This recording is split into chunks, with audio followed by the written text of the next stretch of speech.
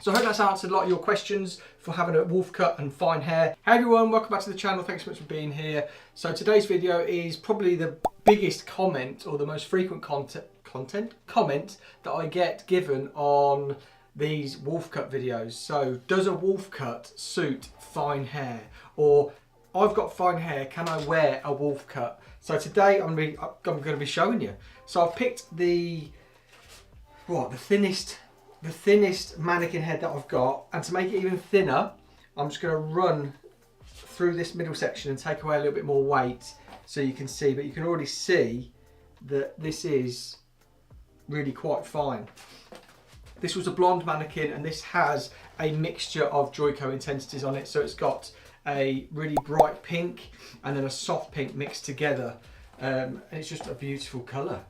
We just wanted to bring, just to try it out really, mixing them both together. This was on a level, 9 mannequin, untoned. So yeah, you can see that colour. It's beautiful. So, the biggest question I get asked is, will a wolf cut suit fine hair? I want to show you today. So, I just want to make this a little bit thinner for all you fine haired girls out there. Soft cuts, and I'm just going to literally work from that root and just take away a bit more hair just to make it a bit thinner, just to show you that you can wear a wolf cut if you've got finer hair. I'm just working this mid band in just because to take some of the bulk away from underneath, but so it makes the hair a bit thinner. And then what we'll do is we'll just do one more through the ends there, make it even thinner, and then another one through the ends there. Right, just going to brush out all that hair. I'll get this mannequin head wet down, sectioned out, and then we're going to cut a wolf cut on fine or thin hair.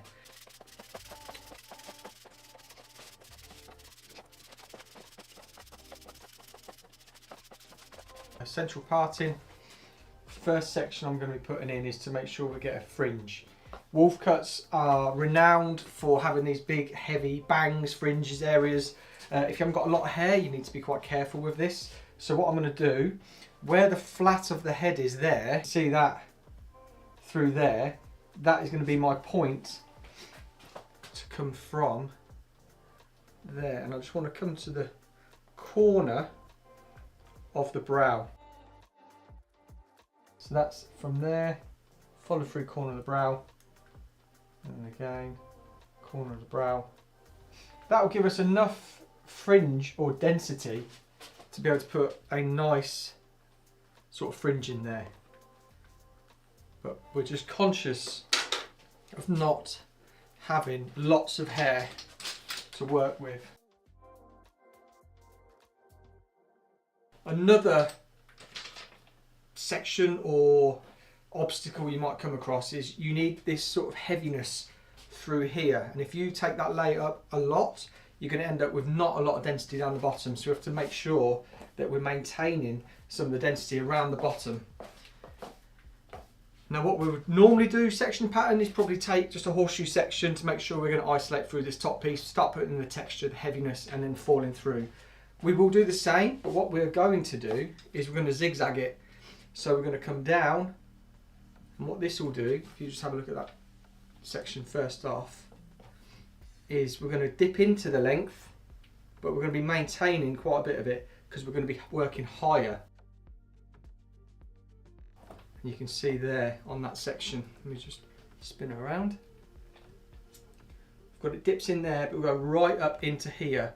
If we were normally sort of section off that section through there, the horseshoe, we'd be working around the parietal ridge, the curvature of the head, but we've actually dipped right up into there to make sure that we're keeping a bit more density down that bottom. We are going to trim it up, and then we come down, and I'm going to go right up, back up into that section through the top, and then we'll come down, and then we'll go back up into that section, Excuse my sniffing if you catch it, if I don't edit it out. Hay fever is crazy today. So that's the sectioning pattern I'm going to pop all the way around, so you can see it goes up, down, up, down, up, down. And we're maintaining quite a bit of weight through there. And what we want to be making sure is that we dip, or I suppose we don't dip. We go up into that top section to make this top section smaller, so we're maintaining length or density, should I say, around the perimeter. That's our number one. And to be honest, with it being sort of symmetrical and everything like that, it doesn't have to be overly symmetrical, because we're working with zigzags, so we want it to sort of be quite irregular and melt in. Just making sure that we're keeping the density on both sides quite similar.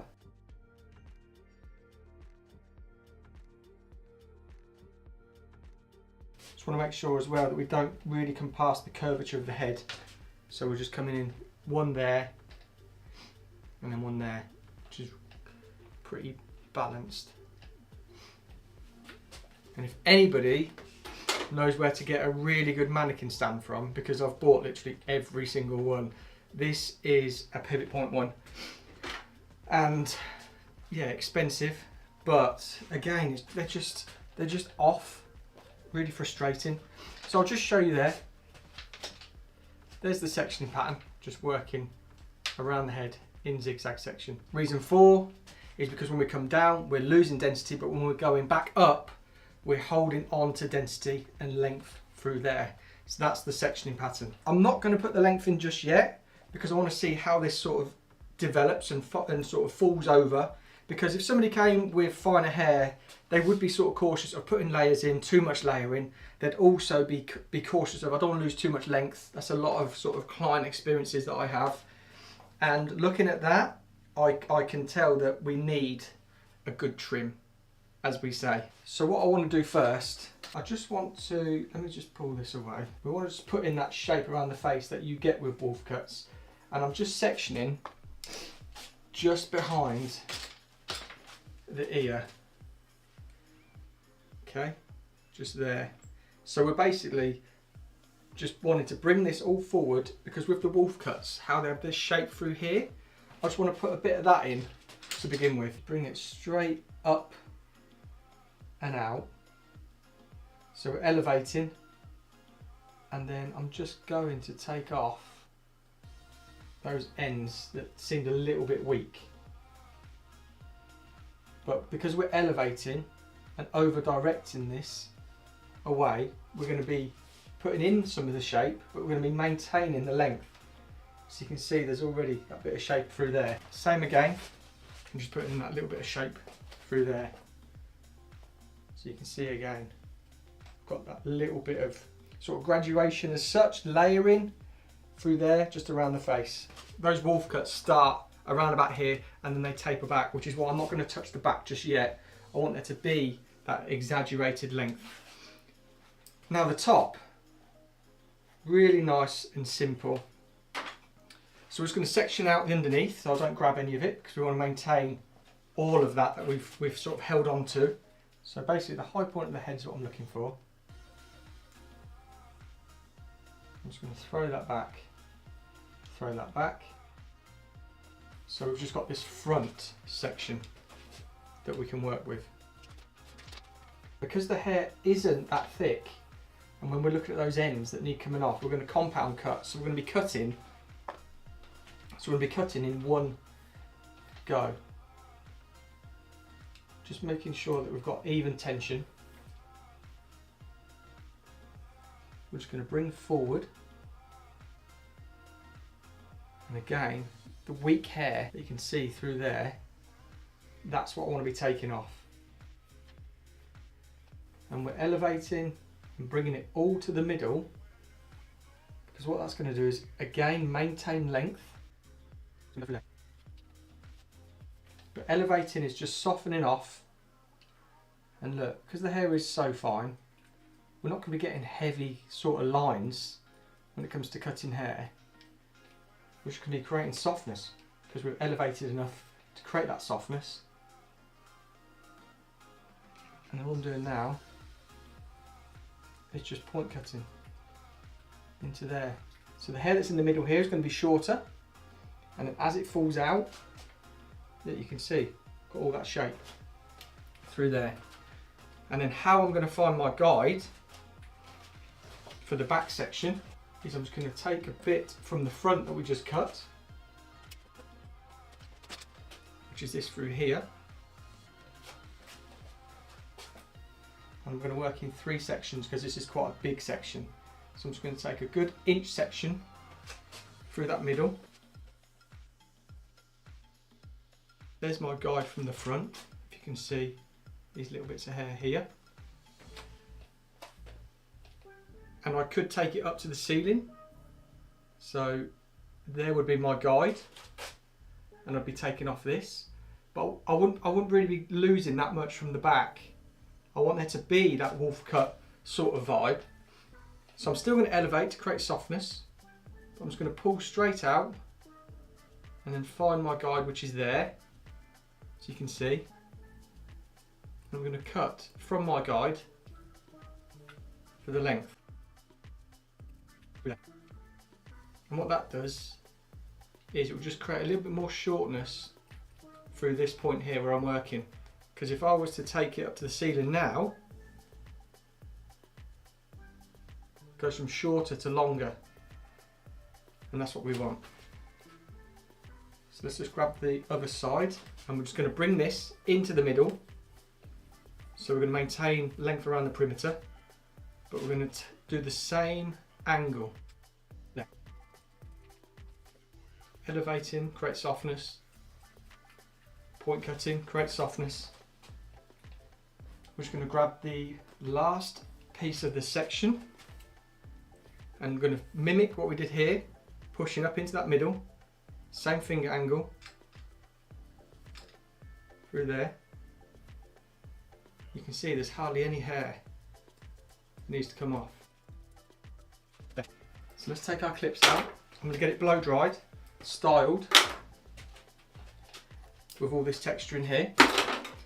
But first, let's just brush this back. I'm going to put the fringe in. You should be able to see,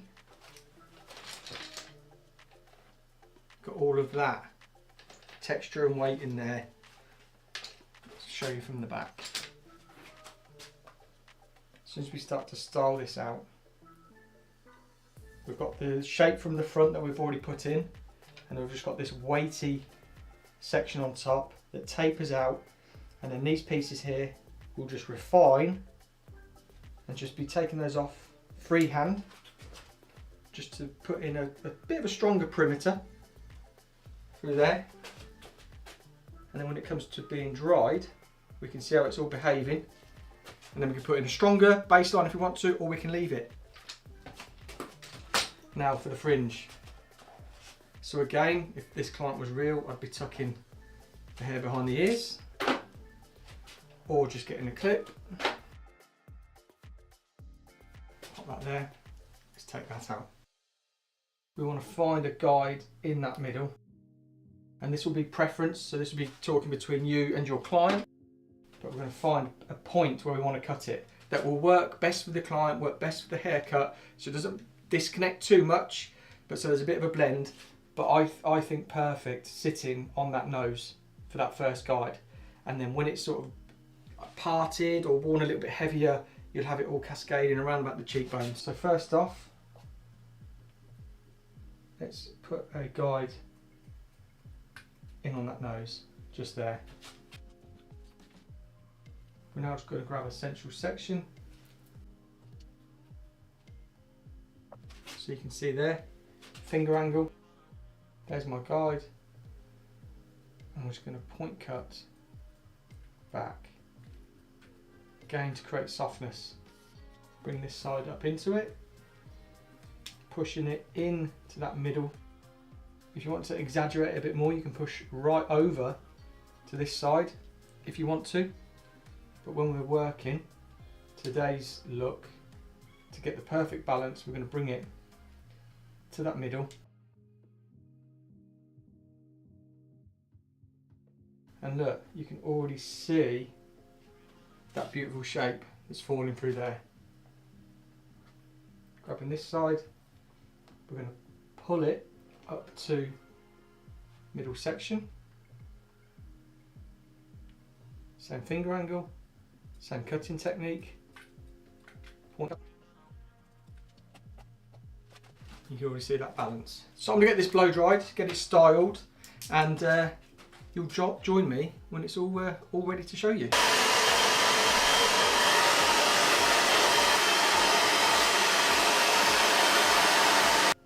You can see you've got a nice weighty fringe in there. You've got a nice bit of disconnection and layer, so you can get that real wolfy sort of vibe. It's just the length. Now this is something we addressed at the beginning. What I'm going to do is I'm just going to freehand around until I'm happy with the density, because we've kept a bit of it there and you've got that wolf sort of shape, but I just think just to make it look a bit healthier, we just need to freehand some of that length away. The big question I get asked as well is what scissors and that do I use? I use Alpha Italia. So these are the 5.5 inch. You've seen my 6s, you've seen, is it 6.5 actually? Are they 6.5? Yeah, 6.5. And then I've got my Evos. And I've got my soft cuts. And then all my combs and everything are all Alpha Italia. My hairdryer, my brushes, apart from my Denman. My Denman is a Kent brush.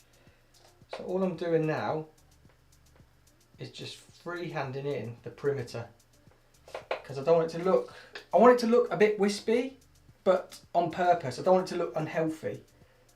So I'm just putting in a sort of like a silhouette line that I'll be happy, and the client will be happy with walking out with. Because we don't want it to look as if it's just damaged. We want it to look as if they've had a haircut and it's something on purpose.